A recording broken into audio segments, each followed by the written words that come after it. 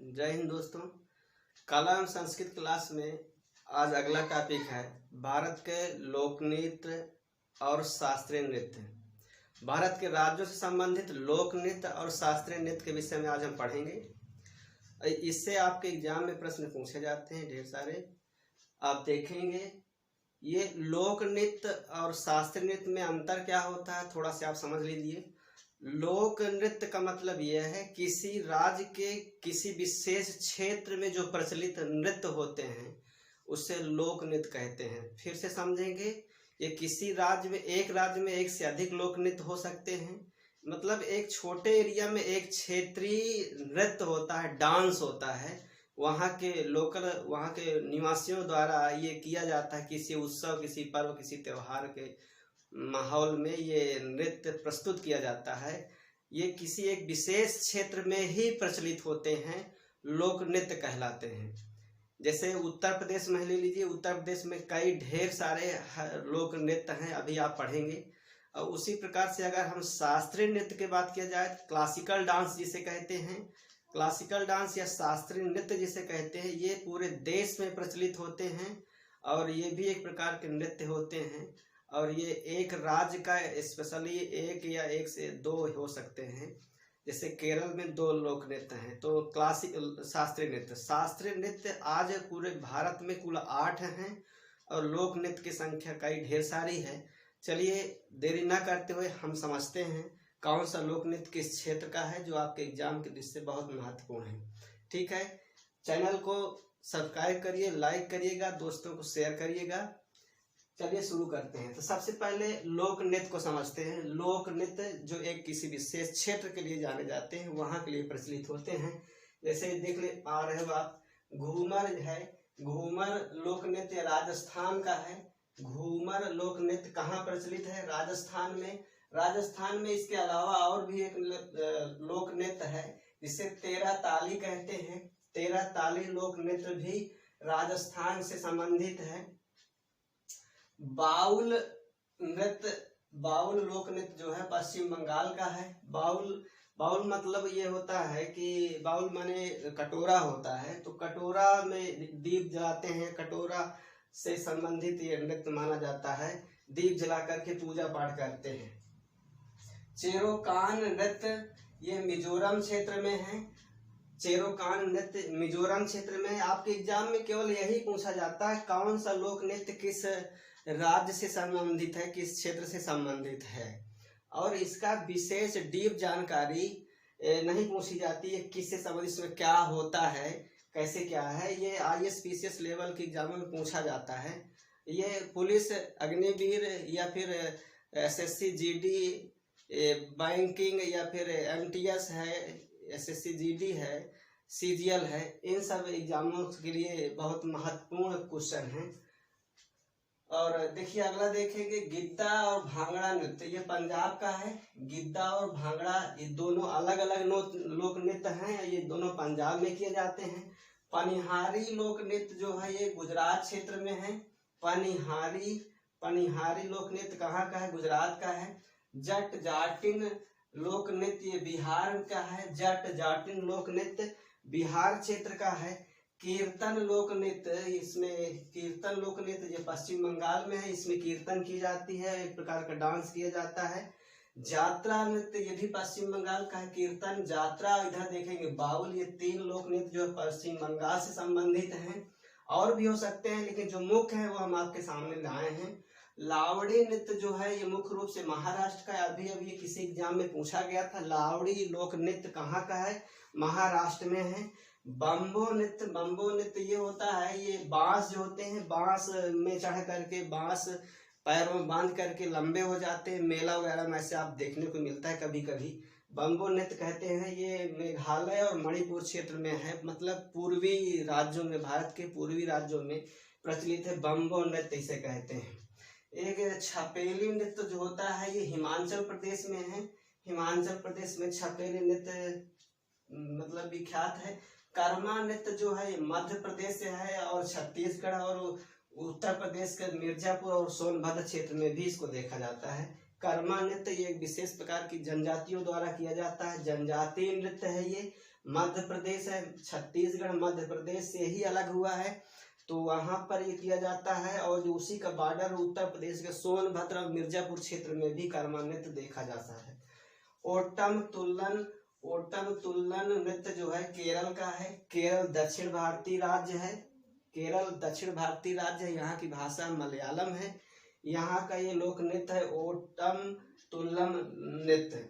इसके अलावा आप देखेंगे कुछ उत्तर प्रदेश के विशेष नृत्य हैं, जैसे मयूर नृत्य। ये कृष्ण भगवान से संबंधित है। मयूर के पंखों से सज करके नृत्य किया जाता है।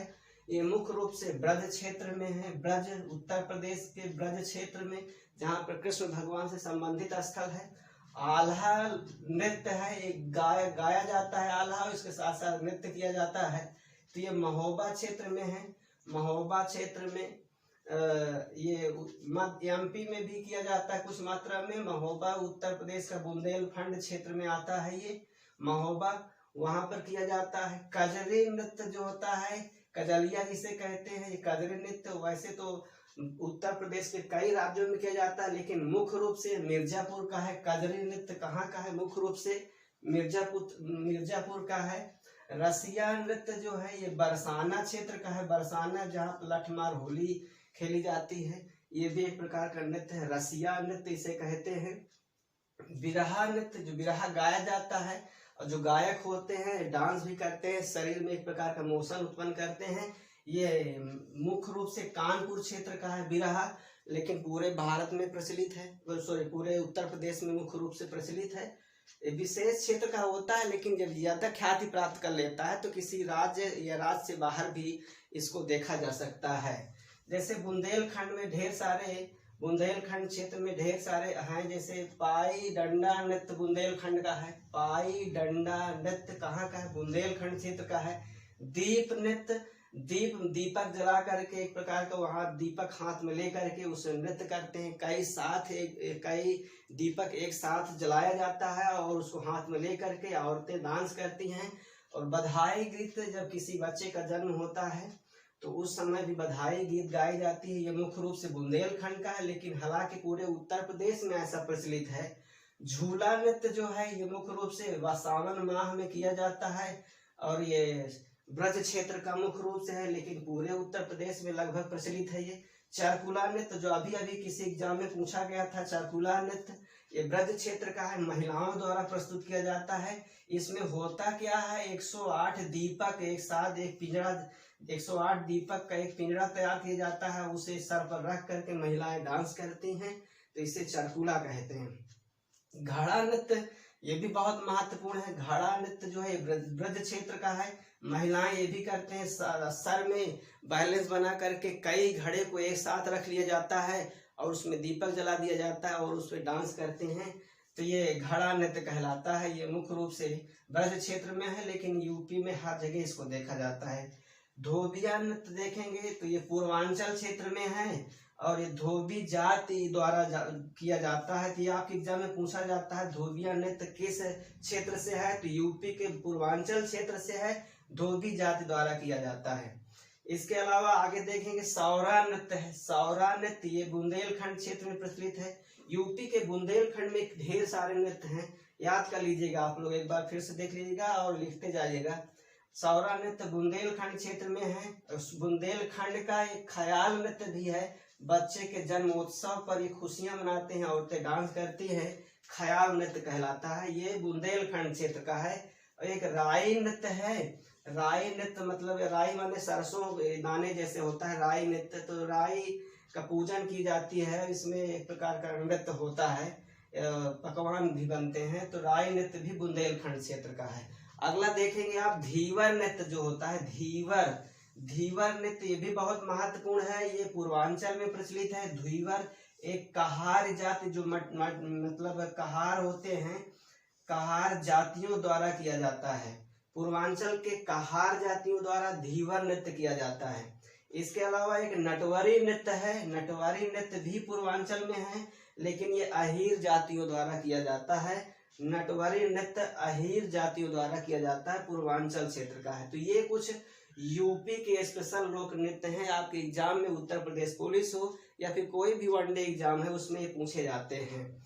आगे देखेंगे कुछ आपके सामने ये शास्त्रीय नृत्य दिए गए हैं। शास्त्रीय नृत्य वह नृत्य होते हैं जो पूरे देश के अलावा विश्व में भी इनका मतलब ये प्रचलित होते हैं, इनका नाम होता है। शास्त्रीय नृत्य से ही लोक नृत्यों का जन्म होता है, ये जान लीजिएगा। शास्त्रीय मतलब क्लासिकल डांस, क्लासिकल मतलब पुराने डांस, ऐसे नृत्य जिससे अन्य डांसों की उत्पत्ति हुई है। तो क्लासिकल नृत्य कुल भारत में 8 हैं, जिसमें से आप देखेंगे आपके सामने हैं। ये बहुत महत्वपूर्ण है, आपके प्रश्न आप एग्जाम में पूछे जाते हैं। जैसे सबसे पहले हम कथक को जानते हैं। कथक या कथक कहते हैं, ये उत्तर प्रदेश और उत्तर भारत में, उत्तर भारत जैसे बिहार क्षेत्र है, उत्तराखंड है, हिमाचल प्रदेश है, पंजाब है, ये सब क्षेत्रों में शास्त्रीय नृत्य की बात कर रहे हैं। और लोक नृत्य तो अलग वहाँ प्रचलित है ही है। शास्त्रीय नृत्य ये उत्तर भारत में, खासकर यूपी, इसलिए यूपी लिखा हुआ है। उत्तर भारत में कथक किया जाता है। इसके कुछ डांसर जो विख्यात हैं और भारत रत्न के विजेता भी हैं, आप इसमें देखेंगे सितारा देवी हैं, बिरजू महाराज हैं, सितारा देवी, बिरजू महाराज हैं, और एक ये शोभना नारायण, ये जो हैं ये इसके मुख्य कलाकार हैं कथक के। गिरजा देवी भी है, सितारा देवी है, एक नाम है लिखा गिरजा देवी, ये भी इससे संबंधित हैं।